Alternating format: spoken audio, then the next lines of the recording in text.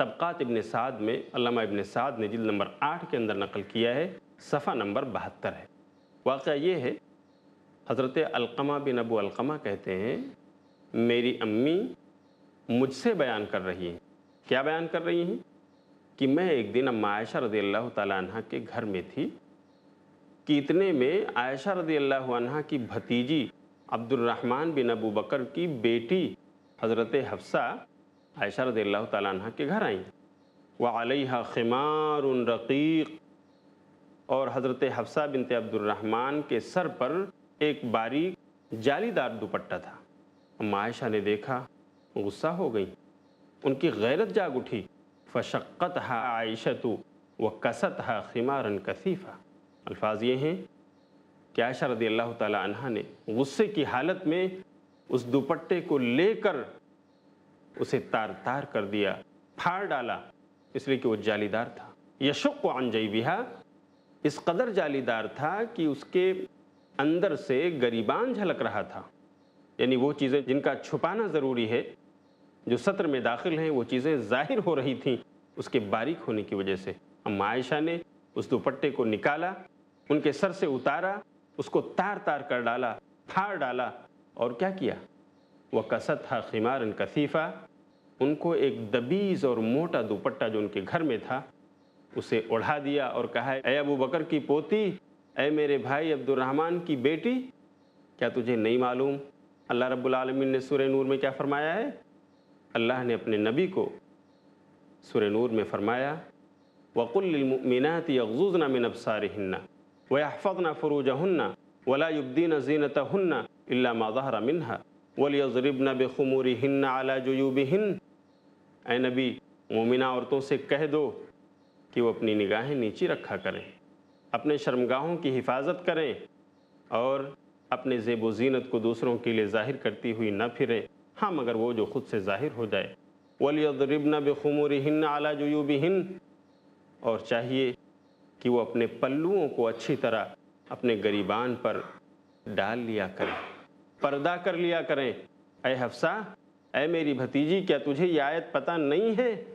تو ابو بکر کی پوتی ہے، میرے بھائی کی بیٹی ہے، تجھے شرم نہیں آتی؟ یہ لے اس انداز کا موٹا اور دبیز دوپٹہ اڑھا کر تاکہ پردہ ہو۔ کس کا کردار ہے؟ کسی بہن کا کردار ہے۔ کس کے لیے؟ دوسری بہن کے لیے۔ کہ آج ہماری بہنیں یہ کردار نبھانے کے لیے تیار ہیں؟ آج تو معاملہ یہ ہے کہ آواں کا آواں خراب ہے۔ کون سی خاتون ہے جو دبیز اور موٹے دوپٹے کو پسند کرتی ہو؟ الا ماشاء اللہ۔ مارکیٹ میں جائیے، ہماری یہی بہنیں، ہماری یہی خواتین جب مارکیٹ میں جاتی ہیں کپڑے خریدنے کے لیے تو انہیں وہی جوڑا پسند آتا ہے جس کا دوپٹہ جالی دار ہو، انہیں وہ جوڑا پسند آتا ہے جس کے کف اور آستین جالی دار ہو، انہیں وہ جوڑا پسند آتا ہے جس کا گریبان کھلا ہوا ہو۔ میری بہنوں، کیا یہ اسلامی لباس ہے؟ میری ماؤں، کیا یہ اسلام کا تقاضا ہے؟ اگر نہیں ہے تو کیا آپ نے کبھی غور کیا کہ ہم اسلام کے قوانین کی خلاف ورزی کر رہی ہیں؟ ہم خود اپنے گھر کی خواتین کو یہ جالی دار دوپٹے والے کپڑے خریدتی ہیں، یہ جالی دار آستین والے کپڑے خریدتی ہیں، اور بعد میں ہماری یہی بیٹیاں بڑی ہو کر جب یہ مزاج لے کر مارکیٹ میں جاتی ہیں تو یہی جالی دار دوپٹے، یہی جالی دار کپڑے ان کو نظر آتے ہیں، اور پھر گھر میں شکایت ہوتی ہے۔ بڑی بوڑھیاں کہتی ہیں، دیکھو میری بیٹی منمانی کر رہی ہے۔ بڑی بی، آپ نے بچپن میں ان کو عادت ڈالی، آپ نے بچپن میں ان کو اسلامی لباس نہیں پہنایا، اس لیے آج وہ جالی دار کی عادی ہو گئی ہے۔ اے کاش ہماری بڑی بوڑھیاں، ہمارے گھر کی خواتین اپنی ذمہ داری کو محسوس کرتیں اور وہ لباس و پوشاک کے سلسلے میں بھی خود حجاب و نقاب میں رہ کر، اسلامی لباس پہن کر ان کے سامنے پریکٹیکل لائف میں اتر کر آتی اور بتاتی کہ یہ اسلامی لباس ہے جو تمہیں بھی پہننا چاہیے، تو اس کا اثر کچھ اور ہوتا۔ میری بہنوں، میرے کہنے کا مقصد یہ ہے کہ ایک بہن اپنا کردار اس انداز میں بھی نبھا سکتی ہے کہ وہ اپنے بہنوں کی اصلاح کرے، جہاں کمی دیکھے، کوتاہی دیکھے، اس کی اصلاح کے لیے زبان کھولے۔ ہاتھ سے روک سکتی ہے تو ہاتھ سے روکے، زبان سے روک سکتی ہے تو زبان سے اصلاح کی کوشش کرے، جیسے اما عائشہ رضی اللہ تعالیٰ عنہ نے کیا ہے۔ باتیں اور بھی ہیں لیکن وقت ہو گیا ہے، اس لیے میں آج یہیں پر رکوں گا۔ وعدہ کرتا ہوں کہ انشاءاللہ اگلے ایپیسوڈ میں پھر میں یہ دلچسپ باتیں لے کر حاضر ہوں گا. تب تک کے لیے اجازت دیجیے. وآخر دعوانا ان الحمدللہ رب العالمین. السلام علیکم ورحمۃ اللہ وبرکاتہ. وإذا الموءودة سئلت بأي ذنب قتلت وإذا الصحف نشرت وإذا السماء